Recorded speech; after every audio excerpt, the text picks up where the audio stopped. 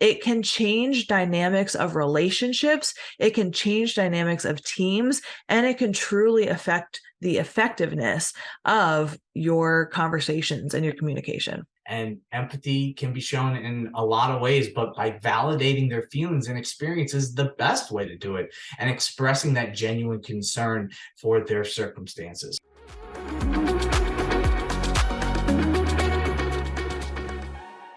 Welcome to today's episode. We hope that you enjoyed last week's episode, which was why your routine may be failing your job search. Ooh. If you had not had a chance to listen to it, we highly suggest take a listen to it or watch it on YouTube. But after this episode, because this episode's a good one, last week was a good one too. We talked about routines, and we highly suggest taking a listen to it, whether or not you're in a job search, because we talked about the importance of routines, no matter if you're in a job search, but definitely send it to a friend or colleague if they're in a job search or not, because we dropped some really good golden nuggets in that one. Yeah, it was fire. It was really good.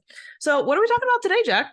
Today is the one big thing stopping you from getting ahead in your career. That's exciting. If you're a professional looking to climb further within your current organization or jump to another great one, we're covering a topic that often gets overlooked.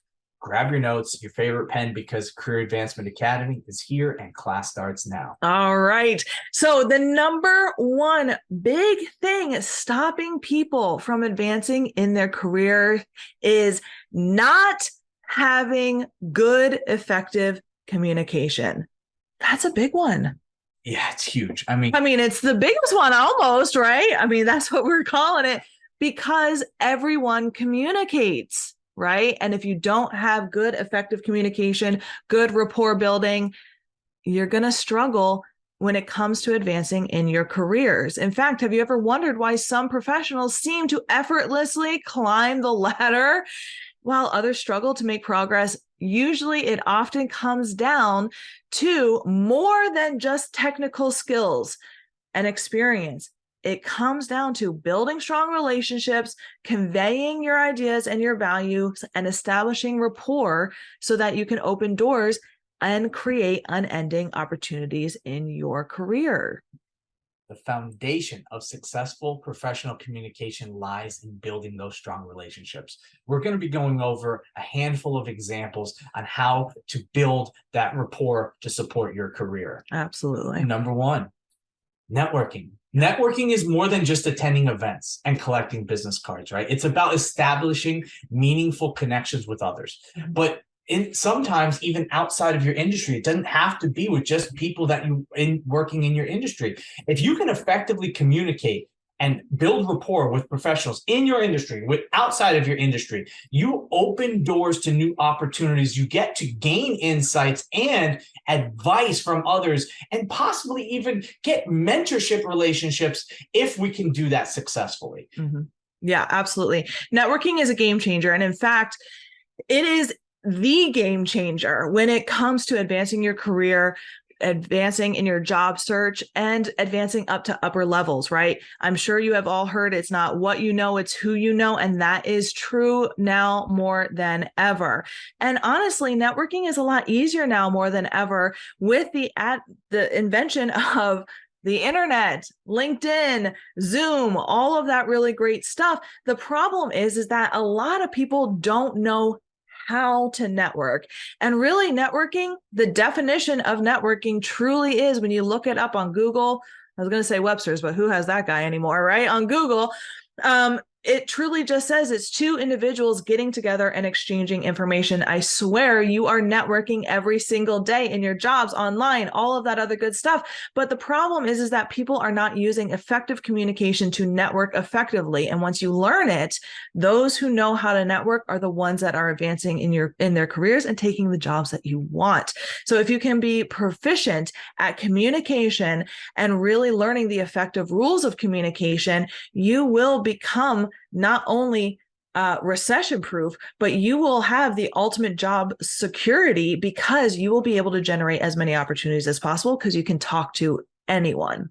I love that. Yeah. Another example of the way that communication can set you up for success in your career, it's through collaboration. And in today's interconnected work environment, collaboration is key. Mm-hmm. Effective communication plays a vital role in collaborating with your colleagues, cross-functional teams, even external stakeholders. But by building rapport and fostering those open lines of communication, you can create an environment where ideas flow freely, collaboration thrives, and innovation solutions are born.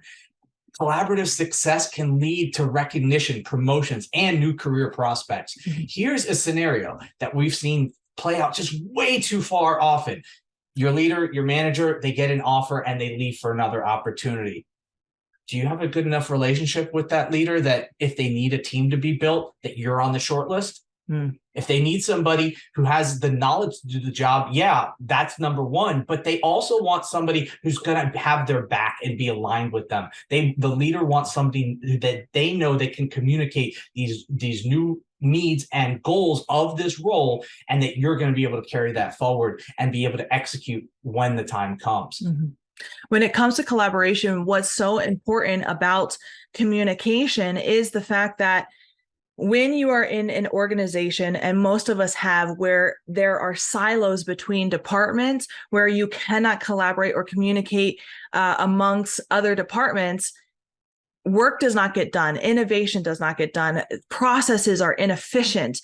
And so when there is cross-functional collaboration, when you can communicate what you do and you can actively understand what other people do, you are able to not only innovate at a much higher level, but you're able to speak to the needs of what you need done, the needs of your department, but you can also understand what the other departments do around you, and you can actually advance much more into your career. And we're going to be talking about moving into leadership and how leaders have more effective communication, or those who advance higher tend to have communication, but it comes from this collaboration piece. It's because the more you can understand about your organization and how it works, interlocking among each other, the more you can be strategic and the better you can communicate those needs and be able to innovate processes, optimize efficiencies and things like that, the more valuable you will be. Honestly, the more valuable you will become to your organization, but not just to your organization, the more valuable you will become, period. And if you can communicate that value, the more you will be able to advance in your career, period. The next example we have is leadership, right? And Kara mentioned that when you're a seasoned manager aspiring to lead within your organization, it's really going to be important for you to be able to provide clear instructions, right? To be able to inspire others, to be able to engage and motivate potentially others. By mastering these skills, you increase your chances of being entrusted to get more leadership opportunities and thus advancing your career. How are you in training your peers, volunteering to lead in on projects, right? Or new implementations that the company wants to take on?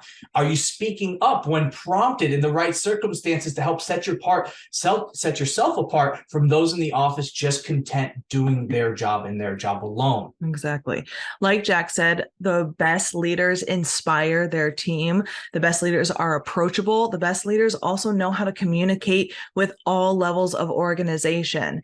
We have all worked for leaders who are not great at communicating. And so the more that you can communicate effectively, again, tell your value, but also see the value in other people and communicate effectively, again, to all levels of the organization, the more you'll be able to advance in your career. But more importantly, the more you'll be able to lead teams effectively towards a common shared goal. I love that. And it's so important. And we also have a few benefits that really kind of comes along with having that professional communication.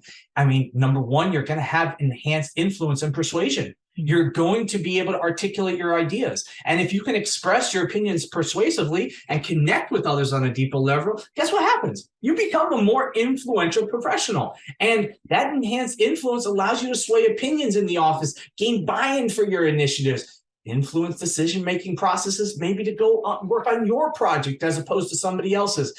These skills are invaluable when it comes to seeking promotions, leading projects, or driving organizational change. Mm-hmm. Absolutely.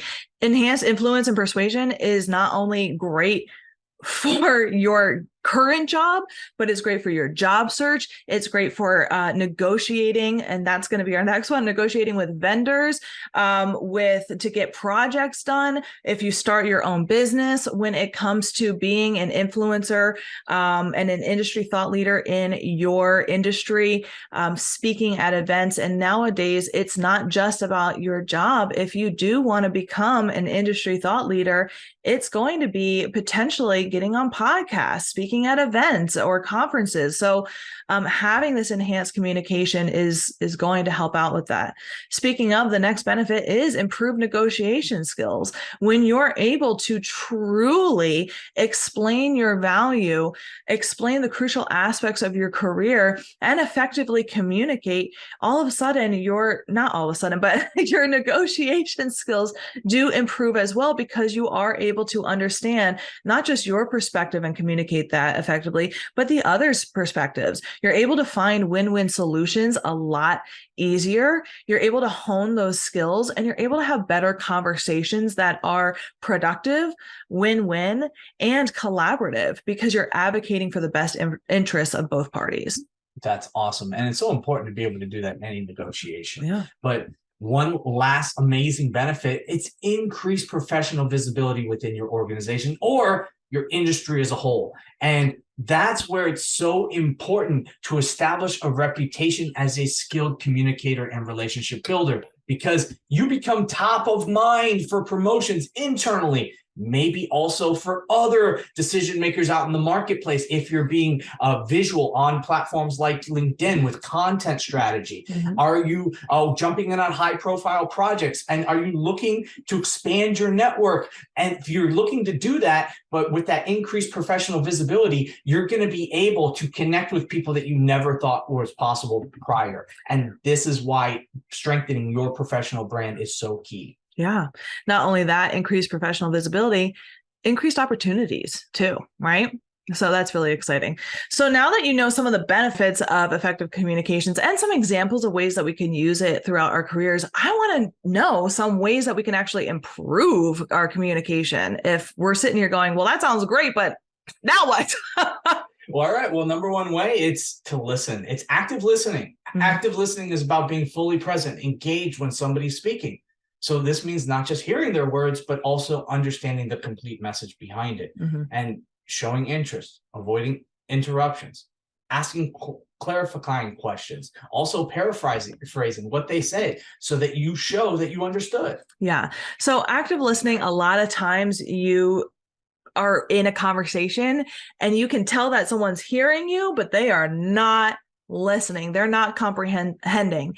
And you don't want that person to feel that way when you're listening to them, right? So this is really being intentional when someone's talking to you. And it's absolutely okay to say to someone, if you are not able to actively listen in that moment, hey, I'm sorry, I'm not able to have this conversation right now. Could we reschedule for a time where I'm able to be more present and really hear what you're saying? It is absolutely okay to do that, because I can almost guarantee that person will be more receptive to that, because they know you're going to be intentional. When you active listen, whatever you need to do to help yourself out, right? Writing notes, whatever. And like Jack said, paraphrasing what that person said back to you or said to you back to them, so that they know that you've been understood. This not only is going to cut down on time wasted by trying to go back, etc., but asking those clarifying questions. And why I'm spending a little bit more time on this is such a small tweak that a lot of people can do, is just really being intentional when you're listening and not thinking about the thing you want to say next, but really listening. It can change dynamics of relationships. It can change dynamics of teams, and it can truly affect the effectiveness of your conversations and your communication. I know our relationship got better when I started actively listening. Yeah, so, absolutely. Definitely did. The next one is empathy. And right, it's so important to see something from somebody else's perspective when we're communicating. It's going to help build that connection, but it's also going to make them feel valued, heard, And empathy can be shown in a lot of ways, but by validating their feelings and experiences is the best way to do it, and expressing that genuine concern for their circumstances. Yeah, this is a big sign of emotional intelligence, right? Emotional intelligence is recognizing the emotions of other people. Emotional intelligence is a very critical and highly sought after skill, especially now in the job market. When you can respond to people more effectively, understanding their emotional state, and really seeing things from other people's point of view, not only is this a huge part of communication, it's that softer side, sure, but it's a big part of communication because it's not just about what people are saying. It is the emotions behind it. And emotions usually are what drive people's actions. And so as you are talking to someone and they're explaining something with emotions, being able to really see it from their point of view and zooming out and being able to see the conversation from both sides is a huge sign of emotional intelligence and will help you advance in your career. And this can be done by practicing this at home and in any conversation, right, that you are in, and really getting curious with, why is this being brought up? Where are they coming from? If I were the other person in this conversation, how would I want to be reacted to in this conversation?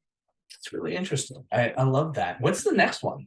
The next one kind of goes along with this, which is the nonverbal communication, right? So body language, facial expressions, if you're watching us on YouTube, right? Woo, all of those things, the eyebrows, the tone of voice, the way someone is sitting, if they're hunched over or shoulders back, if they're getting distracted, if they're looking at you, all of those things is a big part of nonverbal communication. And the way you can affect nonverbal communication in your communication skills is really starting to get curious about how you present yourself when you start communicating. One of the best things that we do when it comes to interview prep, when we are coaching people in one-on-one sessions, is we record the session and we send it back to them. And we encourage people, watch yourself when you are in a mock interview situation. And man, is it uncomfortable. No one loves watching themselves on video. However, when you do that, you're able to really audit yourself for your nonverbal cues. Do you talk with your hands like I do? Do you have kind of that resting face that is sort of angry looking or excited? Or are you responding when the other person talks with a nonverbal agreement or non-agreement, right? So this is a very critical part of communication that not a lot of people think about. I love that. And Yeah. I think it's so important that we all pay attention to that in this day and age with everything being done online. Yeah. And I guess that kind of leads us to the next one, which is talking about being clear and concise, right? Yeah. Because we want to be appropriate with our nonverbal communication, but we also want to be clear and avoid heavy jargon, complex language, right? Or lengthy explanations like this one just did right here. So, communicate your thoughts and clearly, concisely, ensuring that your message is easily understood. I think that's pretty simple. Yeah. When a very easy way to do this is a lot of times when we feel put on the spot and someone asks us a question, this is a little bit of our interview coaching that I'm going to be giving you.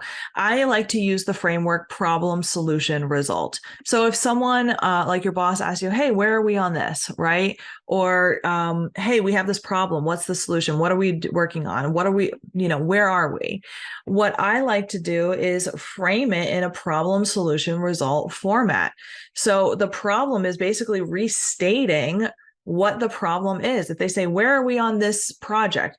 Hey, here's the project. The problem was that we were here and this is where the problem was. The solution is going to be, and so here's what I'm doing to fix it. And the result is going to be, this is the expected result or the result that I got from the solution I implemented. When you're able to really communicate in that framework, you eliminate that mental load of, oh my God, what do I say? You're just answering in that framework and you're keeping it short and concise to exactly what that decision maker or boss in this situation wants to hear. So what I always like to teach my clients is storytelling and using frameworks to answer specifically when it comes to professional and corporate communication. I love that problem solution resolve framework. Yeah. Great. So the next one is all about how do we provide feedback and how do we seek feedback? Mm-hmm. Are we giving feedback that's constructive? Are we being honest? Are we being specific? But also when we receive feedback, that's a whole nother thing. Are we listening? Are we intentional? Are we trying to learn? Are we thanking and grateful for that person giving the feedback and taking that time with us? And are we taking the actions that after we've gotten the feedback when necessary? Are we actually implementing those changes to make ourselves better? That's where it's going to be very key to improve your communication. And along with feedback, I recommend asking for feedback often, right? Seek feedback from people that you trust most specifically, right? So the guideline that I always give here is if you would not take advice from this person, don't ask for feedback from them, right? If you don't kind of trust their advice giving or anything like that, don't ask for critical feedback from them either. We don't need their criticisms if we're not going to take their advice. However, if you do trust this person, if they are a mentor, if they are a colleague that you look up to, if they're a trusted friend, ask for feedback and really ask for it regularly and often so that you can be improving and getting used to receiving feedback, because feedback is a natural part of corporate America. It just is.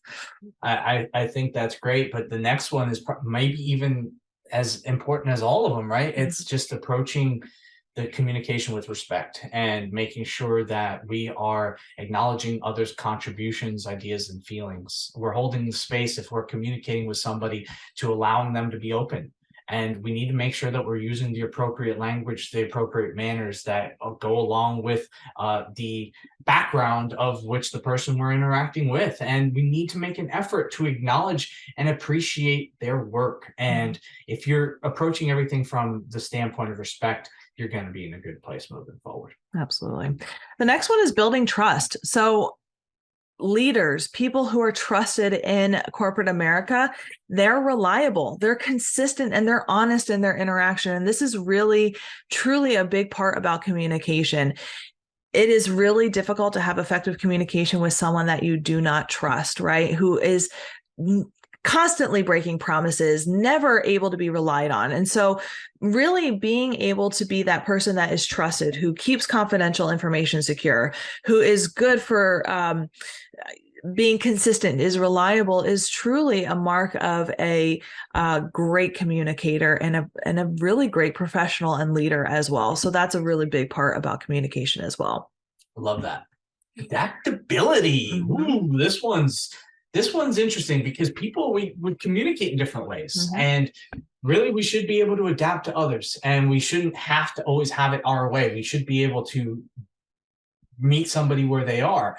And really adjusting our communication styles to the person that we're communicating with. Maybe we change our mannerisms a little bit. We bring our tone down, right? Maybe we go to a certain location if we're talking to somebody, right? If we're going to be speaking with an ex-boss, for networking conversations, probably not the best look to just invite them over to your couch. Maybe you want to go out and have coffee, right? You want to go into a more professional setting, maybe have a meal. The other thing is if you are looking to have a conversation with people from other countries, make sure that we understand the culture, that we're not going to be using any language or types of things that might be offensive. Those types of things, as well as just knowing who we're engaging with and meeting them where they are, and not pushing too far for it to be on our terms. That's going to be key. Really, with adaptability, it's being intentional, right? So different conversations need to be had in different places and in different ways, right? So having professional conversations in professional places and personal in personal places, and also being respectful of the person that you're having the conversation with. You're not going to have a conversation with a professional the same way that you're going to have a conversation with your buddies on game day. So really just adjusting your communication for the setting and the person that you're having it with. And the final one really is going to be practicing effective and professional communication every chance you get, because of the fact that this is a skill. the way that I communicate on these types of podcasts and have these conversations is completely different than how I did years ago. And it's because I've done it over and over and over again. And because I've filmed myself multiple times for TikTok videos, but I talk completely differently than I did years ago. And it's because I've had to do it over and over again. And so I always recommend, if this is something that you really want to practice, there are multiple ways to do that. You can join a Toastmasters group. You can join a networking group with your community. I know there's a lot of women's networking groups in different towns and cities. You can hire a coach to help you out with that. You can practice. You can start a group within your organization or your own community if you don't have one. You can join an online community. So there's a lot of different, or you could just practice with friends and colleagues and family members at home. And that is so many great ways to enhance your communication skills, and so many great reasons why you should, especially if career advancement is one of your priorities, right? One of your goals for your career, which is really exciting. And communication is definitely one of the best ways to do that. I love it. I thought today's conversation was great. We covered so much. We hope you enjoyed today's episode. Next week for episode number 8, we're going to be talking about why your personal development is keeping you from professional growth. If you enjoyed the show, please take a moment to subscribe to our podcast. Leave us a 5-star review on your favorite podcasting platform. Your feedback means a lot to us and helps others discover the Career Advancement Academy. Thanks for listening.